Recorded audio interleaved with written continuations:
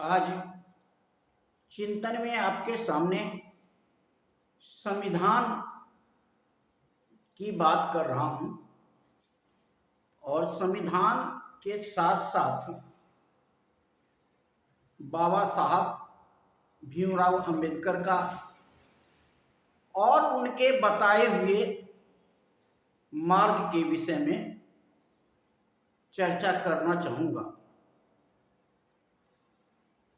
जिस प्रकार काशीराम ने बाबा साहब को नाम को पंजाब और उत्तर प्रदेश में जिस रूप से फैलाने का काम किया और बहुजन तक बाबा साहब का आवाज पहुंच गया। बहुजन कहने का अर्थ है कि पिछड़ा, शोषित, दलित, आदिवासी जो 90% का हिस्सेदारी है देश में,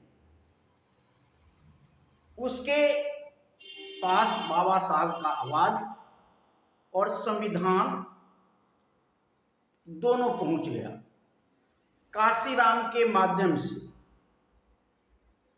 क्योंकि बाबा साहब का जो सपना था वह उसकी आवाज उठा करके बाबा साहब का सपना अधूरा काशीराम करेंगे पूरा।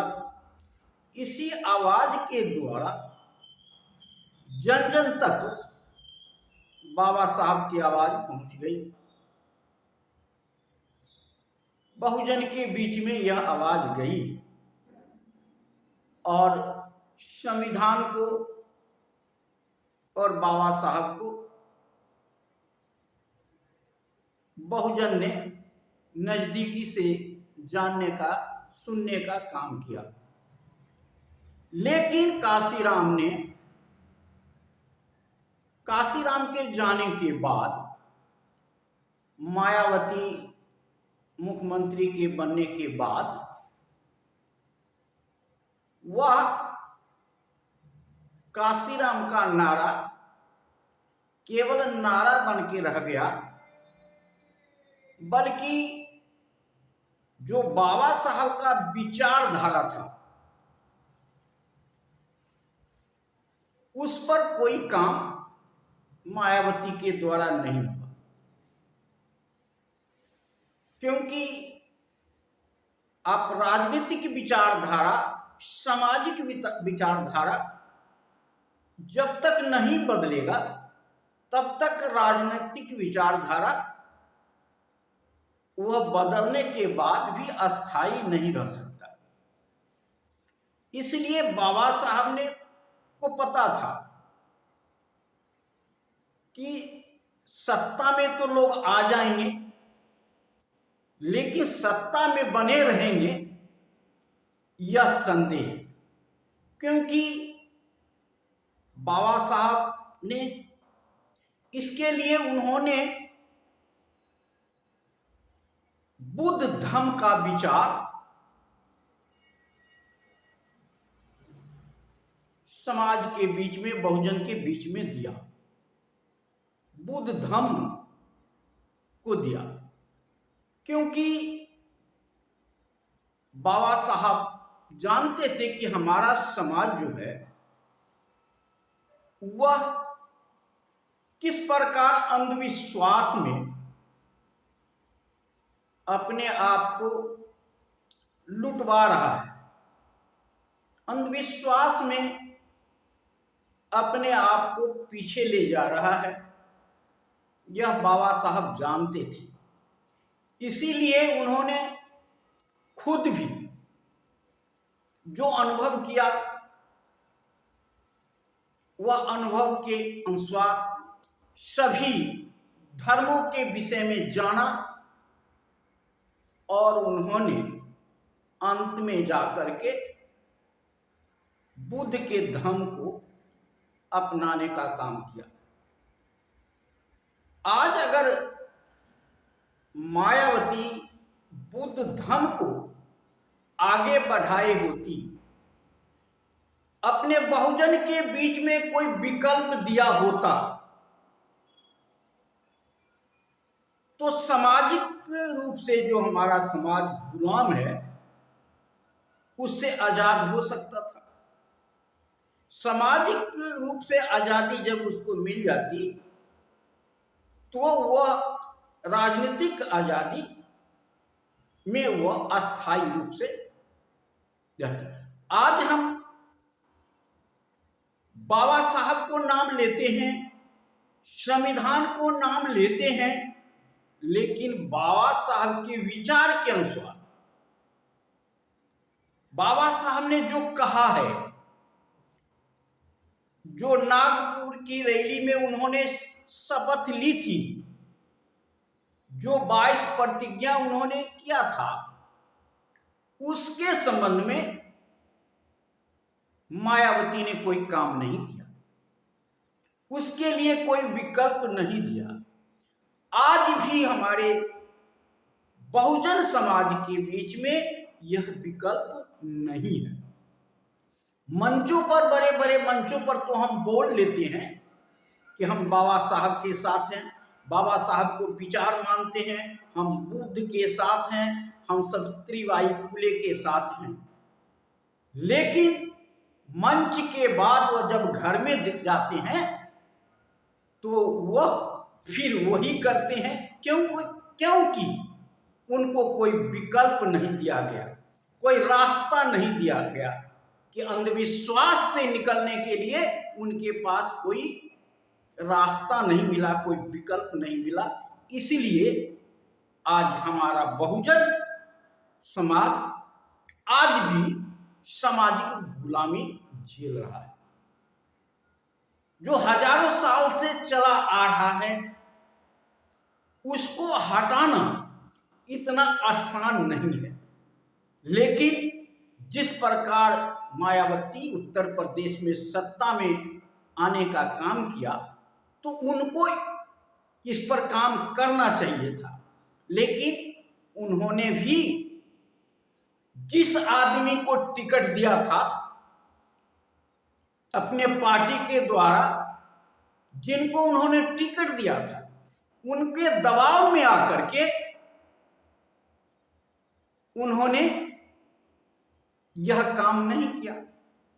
आज भले ही मायावती बोल रही है कि मैं, जब पूछा गया अयोध्या में राम मंदिर का स्थापना था तो पूछा गया तो उन्होंने कहा कि मैं नहीं जाऊंगी, मैं इस विचार का नहीं हूं। लेकिन जो आप जिस विचार के हैं उस विचार को फैलाने का आपने काम नहीं किया। अपने समाज में, दलितों में, पिछड़ों में, आदिवासी में, बहुजन में आपने इस बात को, इसके लिए कोई विकल्प नहीं दिया और इसको प्रसार करने का काम नहीं किया। कहीं ना कहीं मायावती दबाव में ये काम नहीं किया। आज जरूरत है कि हमारे बहुजन को इसका विकल्प मिले कि वह अंधविश्वास से, पाखंड से वह बाहर आए। आज हमारा समाज बहुजन पाखंड में लिप्त है और अपने बच्चे को पढ़ाने के तरफ कम और पाखंड में ज्यादा समय देने का काम कर रहे हैं। बच्चे को स्कूल भेजने में कम ध्यान है और पाखंड के तरफ मोड़ने में आज ज्यादा ध्यान है। आज हम विद्यालय, स्कूल बनाने के तरफ कम है, लेकिन धार्मिक मठ मंदिर बनाने के तरफ हम लोग बढ़ रहे हैं। तो हमें क्या जरूरत है? हमें स्कूल कॉलेज जरूरत है, तो हमें बुद्ध धर्म के मार्ग के तरफ जाना पड़ेगा और पाखंड से दूर होना पड़ेगा। सामाजिक आज़ादी हमें लेनी पड़ेगी, अपने पांव पर खड़ा होना पड़ेगा। आज आपके पास खड़ा होने के लिए कोई विकल्प नहीं है, लेकिन बाबा साहब ने तो आपको यह विकल्प दे गए हैं कि आप धर्म मार्ग को अपना करके आप अपने परिवार को, अपने समाज को बहुत ऊंचाई तक ले जा सकते हैं। और उन्होंने सबसे पहले बुद्धि विवेक के तरफ आपको बढ़ने के लिए कहा, शिक्षा के तरफ बढ़ने के लिए कहा। जब तक आपके पास शिक्षा नहीं रहेगी तब तक आप सही रास्ते पर नहीं जा पाएंगे। लेकिन कहीं ना कहीं जो हमारा समाज शिक्षा से दूर है, उसको बाबा साहब संविधान और धर्म के विषय में हमें जानकारी देना पड़ेगा, उनको विकल्प देना पड़ेगा, तभी वो अपने आप को अंधविश्वास से निकाल पाएंगे, अपने आप को अंधेरे से प्रकाश के तरफ से प्रकाश की ओर चलेंगे। जब तक प्रकाश के तरफ नहीं चलेंगे, जब तक शिक्षा के तरफ नहीं चलेंगे, तब तक हम बहुजन को विकास नहीं कर पाएंगे। आज बहुजन के नेता खुद को तो विकास कर लिए हैं, क्योंकि वह विकास एमपी एमएलए बनकर तो कर लिए हैं, लेकिन सामाजिक रूप से वो भी गुलाम है और उनका परिवार भी गुलाम है। मंच पर भले ही वो इसकी आवाज देते हों, पाखंड के विरोध में उन्होंने बोलते हों, लेकिन वह घर में वही करते हैं जो घर के लोग कहते हैं, क्योंकि वो पाखंड से मुक्त नहीं पाए। इसलिए अगर आप समाज को, देश को और अपने परिवार को आगे बढ़ाना चाहते हैं तो धम्म मार्ग को परिवार के बीच में ले जाना पड़ेगा।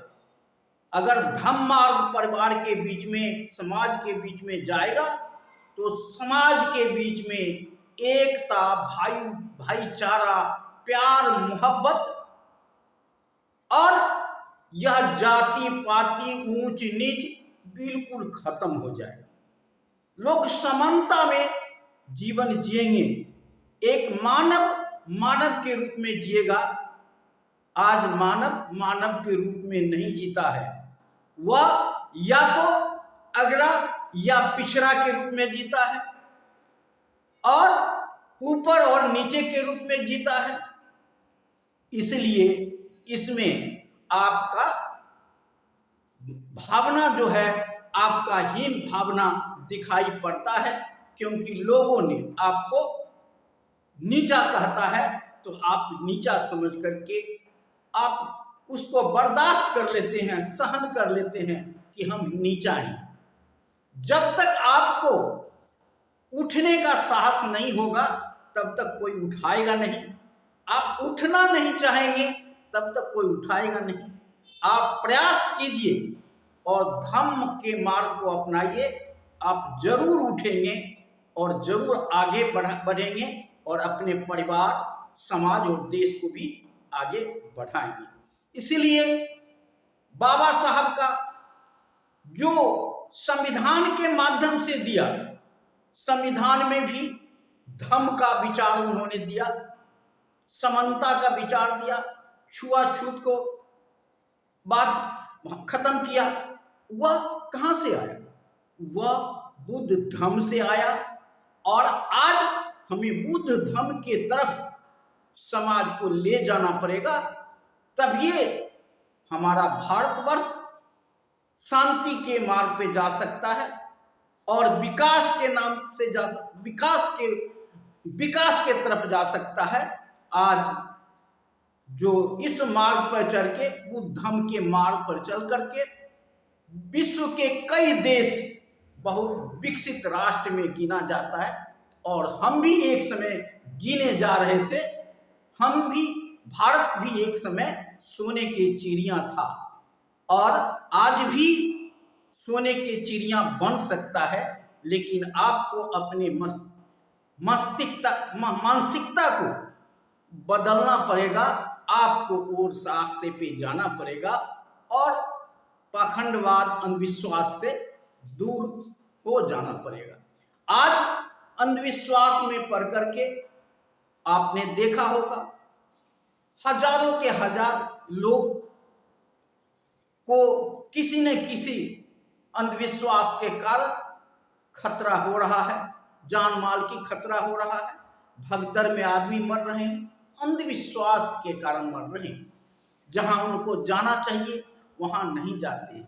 स्कूल, कॉलेज, विद्यालय में जाना चाहिए, सत्संग में जाना चाहिए, मीटिंग में जाना चाहिए, जहां उनको जाना चाहिए वहां नहीं जा करके वहां जाते हैं जहां अंधविश्वास में धकेला जाता है, जहां पर आपको पैसे का लूट किया जाता है, आप उसी तरफ जाते हैं। आपको पैसे को बचाना है। पैसे को किस लिए बचाना है? आपको परिवार को, बच्चे को पढ़ाने लिखाने के लिए आपको पैसे का प्रयोग करना है। एक भी पैसे का प्रयोग, एक भी रुपए का प्रयोग गलत जगह पर आप ना करें। तो अगर गलत जगह पर नहीं करेंगे, अगर सही रास्ते पर आपने पैसे का प्रयोग किया तो आपका विकास और आपके बच्चे का विकास जरूर होगा। यह मेरा आशा है। मैं आशा करता हूं कि आप अपने बच्चे, अपने परिवार को धर्म के मार्ग पर ले जाने का प्रयास करेंगे। जय हिंद, जय भारत, नमो बुद्धाय।